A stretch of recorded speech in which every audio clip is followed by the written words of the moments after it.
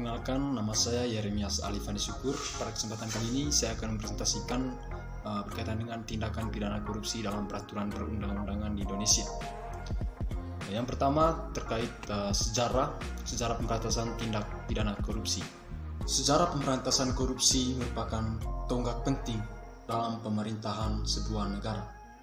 Di negara ini atau di Indonesia, hampir setiap pemilihan kepala negara tak luput dari kesungguhan meneropong apa komitmen atau rencana yang diberikan oleh calon kepala negara untuk memberantas korupsi. Komitmen atau rencana pemberantasan korupsi memang berat dilakukan atau susah dilakukan oleh oknum korupsi atau koruptor. Berbagai upaya pemberantasan korupsi dicanangkan di setiap pemerintahan negara Indonesia. Beberapa referensi menyatakan bahwa pemberantasan korupsi secara yuridis atau secara hukum baru dimulai pada tahun 1957 dengan keluarnya peraturan penguasa militer dengan nomor PRT-PM-06-1957 dan peraturan pemberantasan korupsi ini dibuat oleh penguasa militer itu sendiri. Di antara peraturan perundang-undangan yang pernah digunakan untuk memberantas tindak pidana korupsi yaitu yang pertama, delik korupsi dalam KUHP atau Kitab Undang-Undang Hukum Perdata. KUHP yang diberikan di Indonesia sejak 1 Januari 1918 yang merupakan warisan Belanda. Ia merupakan kodifikasi dan unifikasi yang berlaku bagi semua golongan di Indonesia berdasarkan asas konkordasi diundangkan dalam Statblad 1915 nomor 752 berdasarkan KB 15 Oktober 1915. Dua, Peraturan Pemberantasan Korupsi Penguasa Perang Pusat nomor Peraturan Perundang-undangan nomor 13 1950. Peraturan yang secara khusus mengatur pemberantasan korupsi adalah Peraturan Pemberantasan Korupsi Penguasa Perang Pusat nomor Peraturan 13 1950. Ketentuan Peraturan Penguasa Perang Pusat adalah adanya pembagian korupsi ke dalam dua perbuatan, yaitu yang pertama korupsi sebagai perbuatan pidana dan yang kedua korupsi sebagai perbuatan lainnya.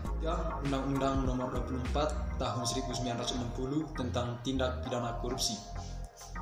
Dari permulaan dapat diketahui bahwa Peraturan Penguasa Perang Pusat tentang pemberantasan korupsi itu bersifat darurat, temporer, dan berlandaskan Undang-Undang Keadaan Bahaya. Dalam keadaan normal, ia memerlukan penyesuaian. Atas dasar pertimbangan penyesuaian keadaan itulah lahir kemudian Undang-Undang Nomor 24 Tahun 1960 tentang pemberantasan tindak pidana korupsi yang pada mulanya berbentuk peraturan pemerintah pengganti undang-undang. Yang keempat, Undang-Undang Nomor 3 Tahun 1971 tentang pemberantasan tindak pidana korupsi. Dalam periode 1970-an, Presiden membentuk apa yang dikenal sebagai Komisi 4 dengan maksud agar segala usaha pemberantasan korupsi dapat berjalan lebih efektif dan efisien. Tugas Komisi 4 ini adalah untuk mengadakan penelitian dan penilaian terhadap kebijakan dan hasil-hasil yang telah dicapai dalam pemberantasan korupsi. Lalu yang kedua, untuk memberikan pertimbangan kepada pemerintah mengenai kebijaksanaan yang masih diperlukan dalam pemberantasan korupsi. Lalu yang kelima, Undang-Undang Nomor 28 Tahun 1999 tentang penyelenggaraan negara yang bersih dan bebas korupsi, kolusi, dan nepotisme. Dalam undang-undang ini diatur pengertian kolusi sebagai tindak pidana, yaitu adalah permufakatan atau kerjasama secara melawan hukum antar penyelenggara negara atau antara penyelenggara negara dan pihak lain yang merugikan orang lain, masyarakat, dan atau negara.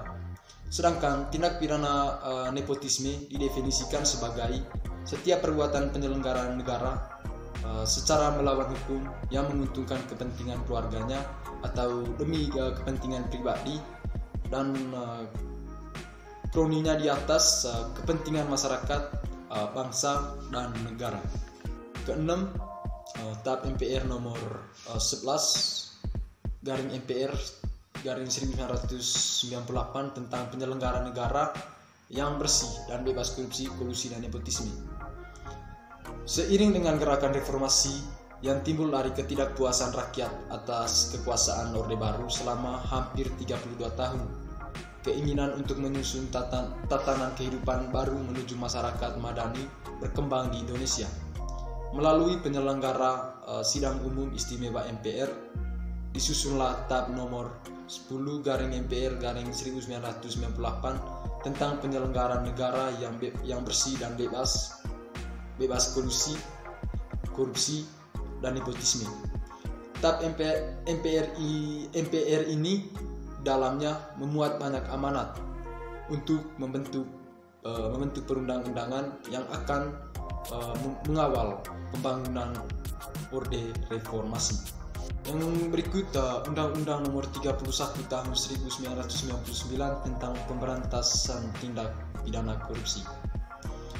Lahirnya Undang-Undang Pemberantasan Korupsi Nomor 31 Tahun 1998 dilatar belakangi oleh dua alasan. Alasan yang pertama yaitu bahwa sesuai dengan bergulirnya Orde Reformasi dianggap perlu meletakkan nilai-nilai baru atas upaya pemberantasan korupsi. Dan kedua undang-undang sebelumnya yaitu Undang-Undang Nomor 3 Tahun 1971 dianggap sudah terlalu lama dan tidak efektif lagi.